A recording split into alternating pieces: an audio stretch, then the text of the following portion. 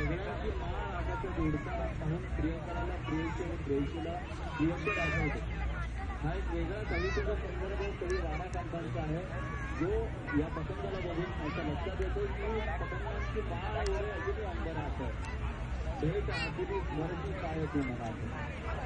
आपण जेव्हा एकत्र भेटलो होतो तेव्हा एकत्र जोडीनं पतंग उडवलेला असेल, त्या पतंगांची आठवण या पतंगाच्या निमित्ताने होतं.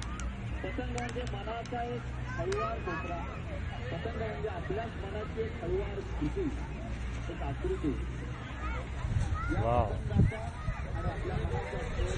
साप आलं, साप आलं. Wow, wonderful.